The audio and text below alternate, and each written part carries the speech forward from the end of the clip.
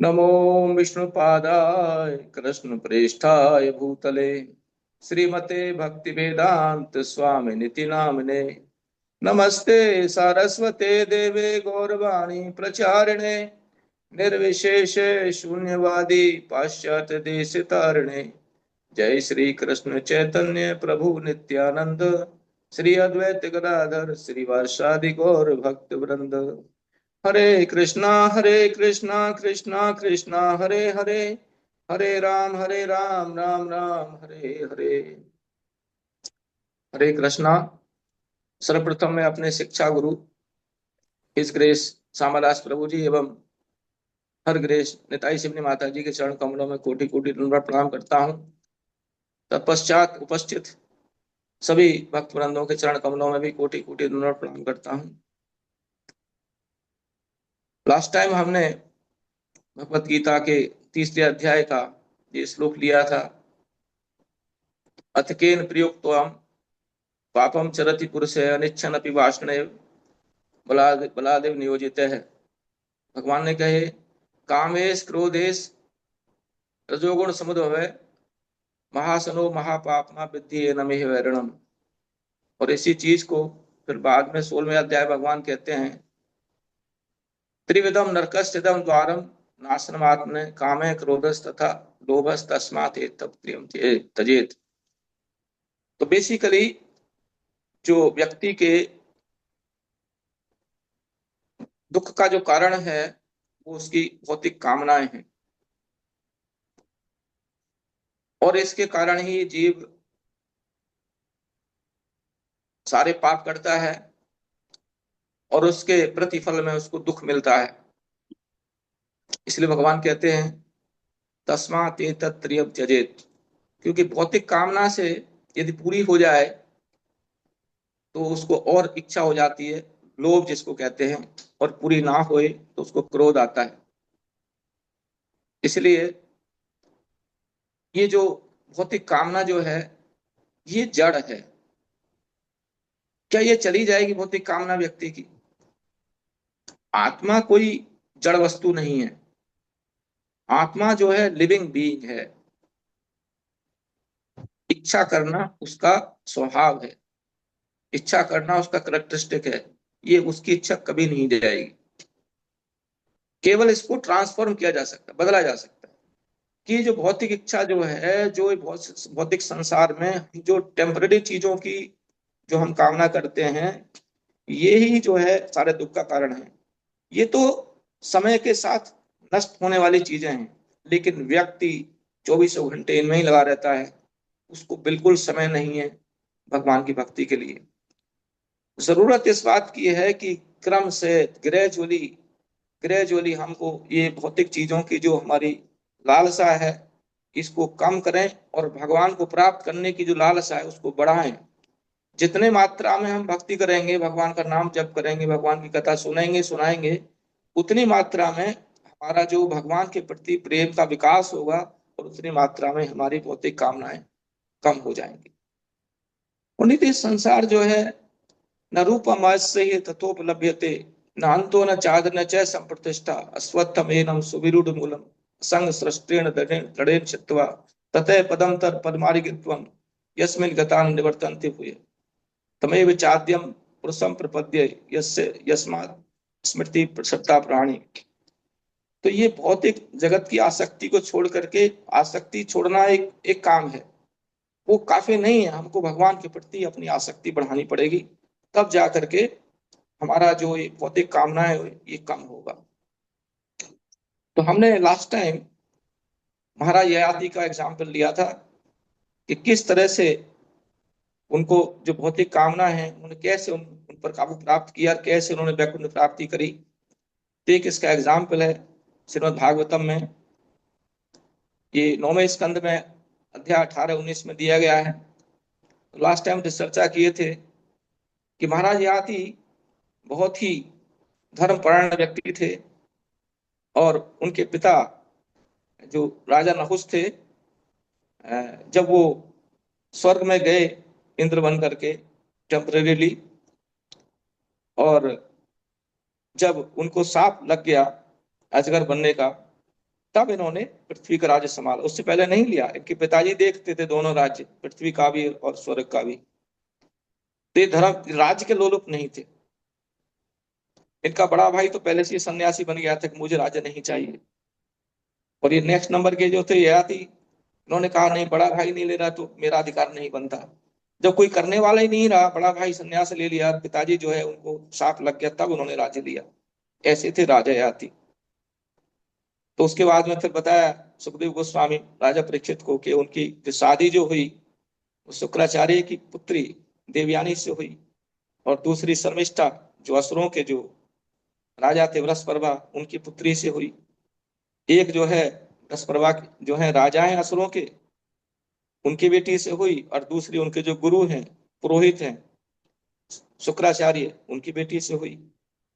तो परीक्षित महाराज ने तुरंत प्रश्न कर दिया कि बृहस्पति की लड़की तो छत्राणी है, उससे शादी हो गई, अच्छी बात है, लेकिन ये ब्राह्मण की पुत्री से कैसे शादी हुआ इनका? ये तो प्रतिलोम विवाह है कि ब्राह्मण तो पूज्य है, क्षत्रिय या उससे नीचे का वर्ग कैसे उसकी पुत्री से शादी कर सकता है?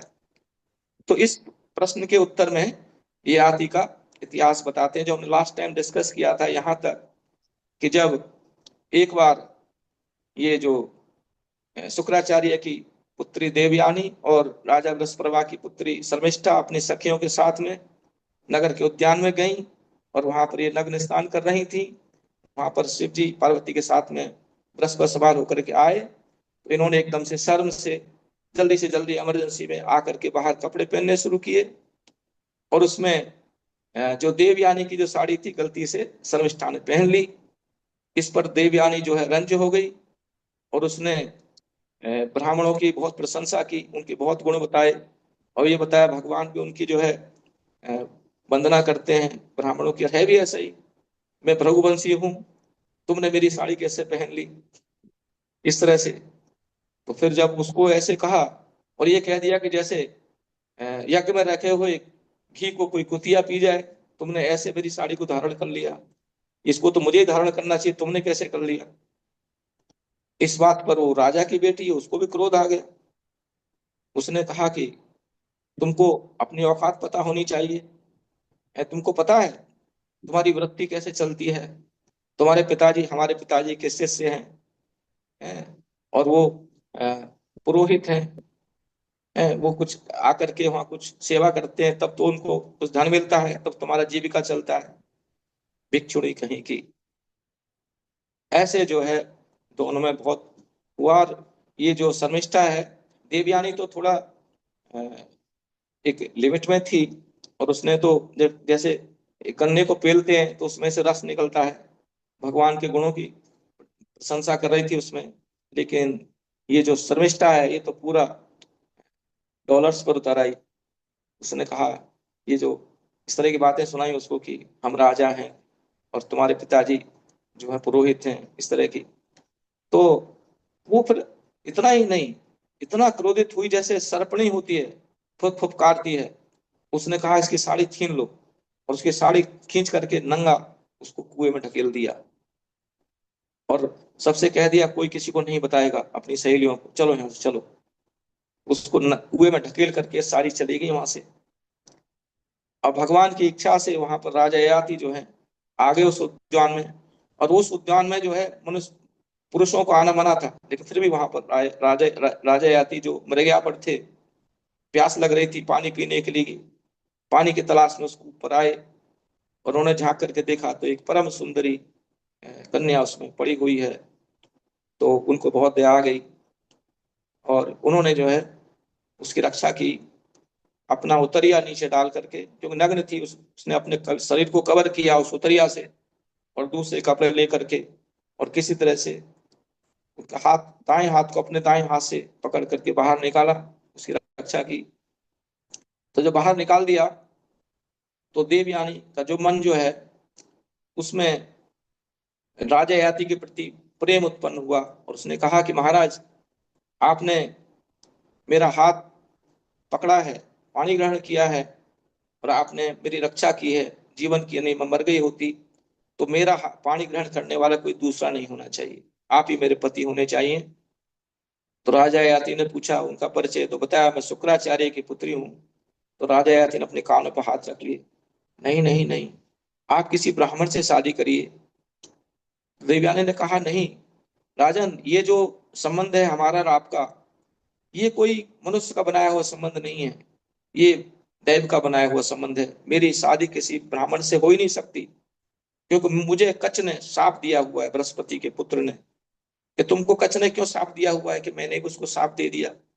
जो विद्या सीखने आया मेरे पिताजी के पास में, मृत संजीवनी विद्या, तो मैंने कहा कि तुम उससे शादी कर।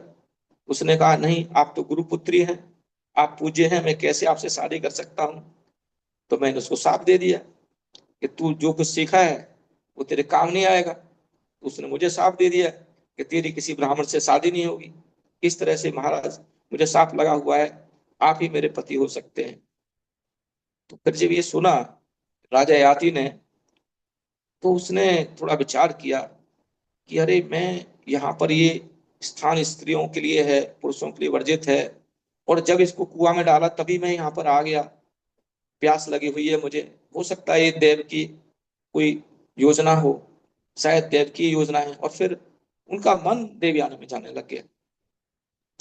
उनके मन में ऐसे लगने लग गया कि ये मेरी पत्नी होनी चाहिए। पहले के जो लोग होते थे वो बहुत महान होते थे, क्योंकि वो बहुत करीब 25 साल की उम्र तक ब्रह्मचर्य जीवन का पालन करते थे। तो भौतिक भोगों के प्रति उनकी कामनाएं कम होती थी। तो उनका मन उसी स्त्री में जा सकता था जो उनकी पत्नी बनने वाली है। जब उन्होंने देखा कि उनका मन उसमें जा रहा है, तब उन्होंने इस बात को स्वीकार किया कि ठीक है, मैं तुमसे विवाह जब करूंगा जब तुम्हारे पिताजी अ, जो है कन्यादान करेंगे। तो फिर देवयानी जो है उसको छोड़ करके राजा याति वहां से चले जाते हैं।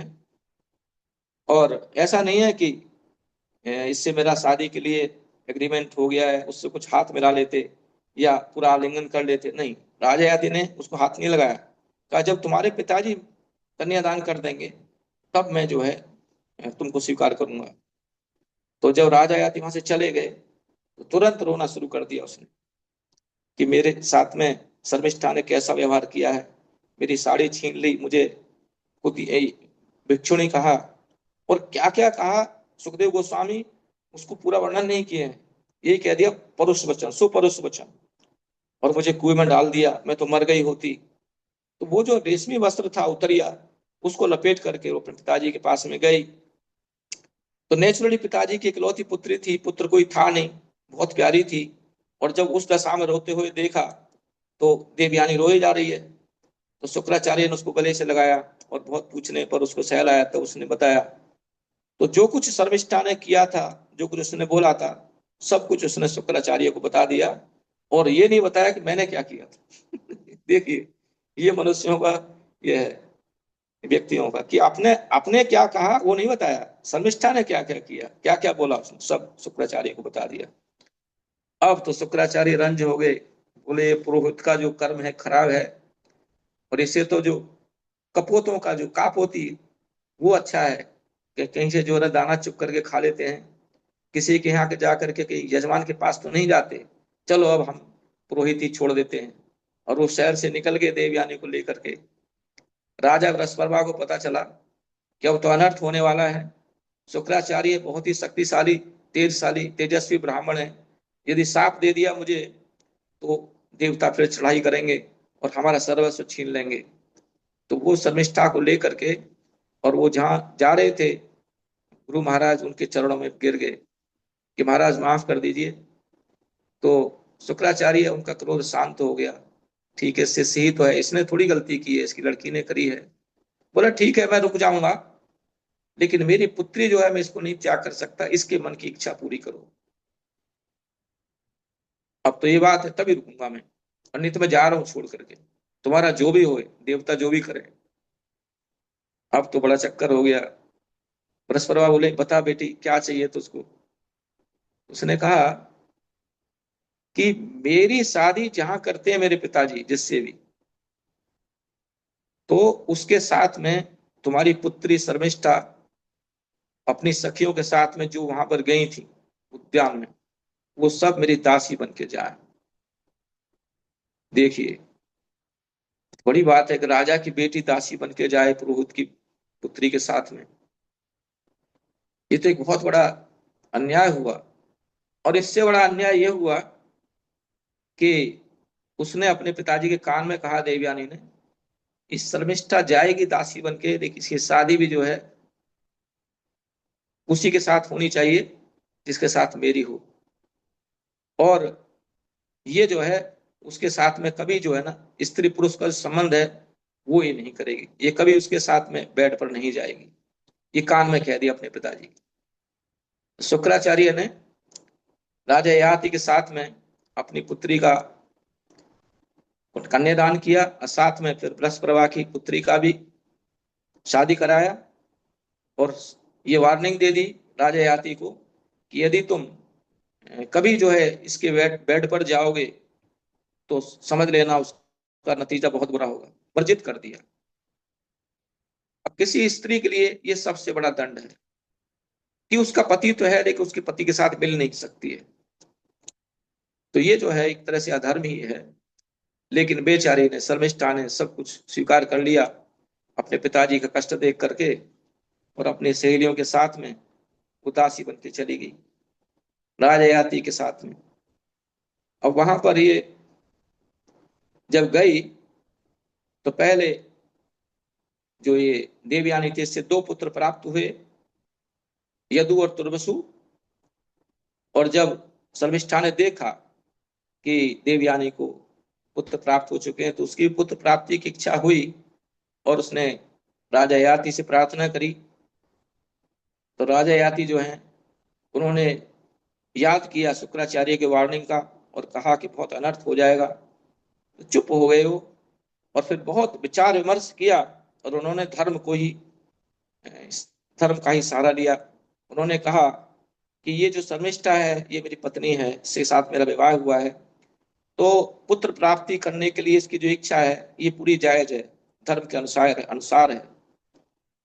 तो उन्होंने उसको 3 पुत्र प्रदान किए, द्रोहयु, अनु और पुरु। और वो जो 3 पुत्र थे उनको छिपा के रखती शर्मिष्ठा। लेकिन एक दिन, बच्चों को तो पता नहीं था, वो देवयानी के महल में चले गए, और देवयानी ने देखा उनका तो चेहरा बिल्कुल ययाति महाराज जैसा है। उन्होंने पूछा, तुम किसके पुत्र हो? बोले, मैं महाराज ययाति के हैं। माँ का नाम क्या है? कि शर्मिष्ठा। अब तो इतना सुनते ही पूरा एकदम क्रोध से जैसे मूर्छित हो गई और घर छोड़ के भाग गई। महाराज ययाति महाराज पीछे पीछे जा रहे हैं, उसके पैर सहला रहे हैं रास्ते में, उसको मिन्नतें कर रहे हैं कि तुम मत जाओ। किसी कवि ने कहा है कि यदि कोई स्त्री जिद पकड़ ले तो ब्रह्मा जी, जिनके 4 मुख हैं, जो 4 ब्रेन वाले हैं, वो भी नहीं समझा सकता। नहीं मानी, कितने भी पैर पूज लिए उसके रास्ते में। मंत्री देख रहे हैं, सब देख रहे हैं, राजा जो है कह रहे हैं कि नहीं, तुम मेरे को यही तमाचा मार लो, कुछ भी कर लो। अरे मैंने उसको पुत्री तो दी है, मैं प्रेम तो तुमसे ही करता हूं। लेकिन नहीं मानी, तुमको दंड दिलवाऊंगा अपने पिता से। जाके शुक्राचार्य से सब वृत्तांत बताया। शुक्राचार्य एकदम क्रोधित हो गए और बोले कि तुम एकदम वृद्ध हो जाओ। राजा आदि एकदम वृद्ध बन गए, और वृद्ध बन के कहा कि ससुर जी, मेरी अभी जो भौतिक इच्छाएं जो हैं वो समाप्त नहीं हुई हैं।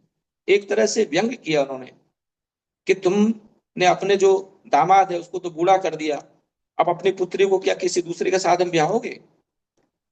अब इस पर तो शुक्राचार्य ने सोचा, रहे तो बड़ा गलती हो गया, सब मेरे को क्या कहेंगे, मैंने अपने दामाद को बूढ़ा कर दिया। तो उन्होंने कहा कि मैं व्यवस्था करता हूं कि आप जा करके किसी व्यक्ति से उसकी जवानी आप मांग सकते हो। यदि वो आपको दे दे तो आप यंग होकर के, और आप जो है अपनी जो इच्छा है उनको पूरा कर सकते हैं। तो ऐसा कहने के बाद में जब लौट करके आए तो राजा यदि यंग गए थे, लौट करके बूढ़े होकर के आए, और आकर के बड़े पुत्र यदु से पहले मांगा। यदु ने कहा कि नहीं, मैं अपनी जवानी नहीं दे सकता, क्योंकि मुझे भगवान की सेवा करनी है, मुझे विग्रह की सेवा करनी है, प्रसाद बनाना है, मैं ये नहीं कर पाऊंगा।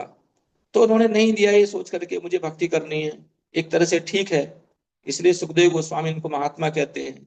लेकिन बाकी जो नेक्स्ट 3 थे, तुर्वसु, द्रोहयु और अनु, उन तीनों के पास जब गए राजा ययाति, तो उन्होंने साफ मना कर दिया, बोला नहीं, जब तक हम भोग नहीं करेंगे तब तक हमारी भोग करने की इच्छा नहीं जाएगी। सुखदेव गोस्वामी लोग कहते हैं कि ये अधर्मनिष्ठ हैं। उनसे सुखदेव गोस्वामी बहुत नाराज होते हैं उनसे, कहते हैं कि समझते हैं कि जवानी सदा रहेगी, टेम्परेरी चीज है, टेम्परेरी को परमानेंट समझ रहे हैं। तो ऐसे कह करके लास्ट में पुरु के पास में गए। पुरु ने कहा, पिताजी आपके जो ऋण से मैं कैसे ऋणी हो सकता हूँ। दुख की बात यह है कि आपने मुझे कहा है, आपको कहना नहीं चाहिए था। उन्होंने कहा है कि प्रथम कैटेगरी का पुत्र वो है कि जो पिता के मन की बात को समझ करके उसको पूरा कर दे, और दूसरे कैटेगरी का पुत्र वो है कि जो कहने पर पूरा कर दे, पिताजी कहें और वो कर दे श्रद्धा के साथ में। और थर्ड कैटेगरी वो है, थर्ड क्लास, कि जो पिताजी कहें और कर तो दे लेकिन श्रद्धा के साथ में ना करे, पिताजी ने कहा है कर देता हूं, कहना नहीं चाहिए था उनको, ऐसे कर देता है। और कहते हैं कि जो कहने के बाद करे भी नहीं, करे ही नहीं, तो कहते हैं कि वो पिताजी का पुत्र नहीं है, वो मूत्र है। इस तरह से गुरु महाराज ने तीन तरह की कैटेगरी बताए। और हम देखते हैं कि शास्त्रों में बहुत से ऐसे पितृभक्त हुए हैं, जैसे भगवान राम, उनको पिताजी ने उनको नहीं कहा था तो वनवास चले जाओ, कैकेयी ने वचन मांगे थे, लेकिन उनके मन की बात जान करके कि पिताजी के पिताजी के पास उनकी माँ का ऋण है, तो वो चले गए, वनवास में चले गए। दूसरी तरफ देखते हैं, जैसे ये थे परशुराम। परशुराम के पिताजी जमदाग्नि थे। उन्होंने एक बार उनकी पत्नी रेणुका को पानी लेने के लिए भेजा, यज्ञ के लिए। तो वहां पर चित्ररथ गंधर्वों के रथ को देखने में वो व्यस्त हो गई। चित्ररथ गंधर्व आए थे जो वहां कुछ केली कर रहे थे जल में। तो फिर जब विलंब से आई तो उनको क्रोध आ गया जमदग्नि को। उसने कहा अपने पुत्रों से कि इसका गर्दन काट लो। तो उनके पुत्रों ने गर्दन नहीं काटी। तो सबसे छोटा पुत्र जो था परशुराम, उससे कहा कि परशुराम तुम काटो। परशुराम ने तुरंत काट दिया, माँ का भी गर्दन काट दिया और बाकी सब भाइयों का भी काट दिया, क्योंकि वो अपने पिताजी की महिमा को जानते थे। उनके पिताजी ने कहा, वाह बेटा, अब वरदान मांग लो कि वरदान देना है तो अब ये सबको जिंदा कर दो, और इनकी गर्दन पर निशान भी नहीं रहे कि मैंने इनको गर्दन काटा है, और इनको याद भी नहीं रहे कि मैंने इनको काटा था। तो उन्होंने उसको इस तरह से कर दिया। तो ये परशुराम पितु आज्ञा राखी, काटे मात लोक सब साखी। तो ये पिताजी के जो है, जो उनकी जो इच्छा है उसका किया। इसी तरह से हम देखते हैं कि भीष्म पितामह, उनके बारे में आप जानते ही हैं। उन्होंने शांतनु महाराज को शादी कराने के लिए सत्यवती से राज्य नहीं लिया, आजीवन ब्रह्मचारी रहे। वो भी एक इसके उदाहरण है। तो गुरु महाराज कहते हैं कि पिता माता पिता चाहे कैसे ही भले ही अभक्त क्यों ना हो, लहसुन प्याज क्यों ना खाते हो, लेकिन हृदय से यदि किसी अपने बच्चे को आशीर्वाद दे दे तो कालांतर में उसको भगवान प्राप्त हो जाते हैं। तो इसलिए एक छोटा रूप है माँ बाप का, बड़ा रूप भगवान का है। तो जो भगवान का अगर भक्त है कोई, तो माँ बाप का भक्त तो होगा ही, इसमें कोई शक नहीं है। यदि कोई करोड़पति तो लखपति तो होगा ही। लेकिन यदि कोई माँ बाप का भक्त है, कोई जरूरी नहीं भगवान का भक्त हो। इसलिए आपको भगवान का भक्त बनना चाहिए, तब हम माँ बाप के भक्त भी जरूर होंगे। तो इस तरह से ये कहानी चलती है कि किस तरह से प्रभु ने अपनी जवानी दी, और जवानी दे करके बहुत प्रसन्न थे प्रभु, क्योंकि उनके पिताजी प्रसन्न है, पिताजी के सुख के लिए उन्होंने ऐसा किया। और 1000 वर्ष तक ऐसा रहा। और जो ययाति राजा थे, उन्होंने अव्याहत इंद्रियों से भोग किया, लेकिन फिर भी उनकी जो है भौतिक भोग की इच्छा नहीं गई। तो इस तरह से कहानी आगे बढ़ती है। तो नेक्स्ट क्लास में इसको पूरा करने की कोशिश करेंगे। तो थोड़ा सा देर हो गया, ज्यादा समय लग गया मैं माफी चाहता हूँ। हरे कृष्ण।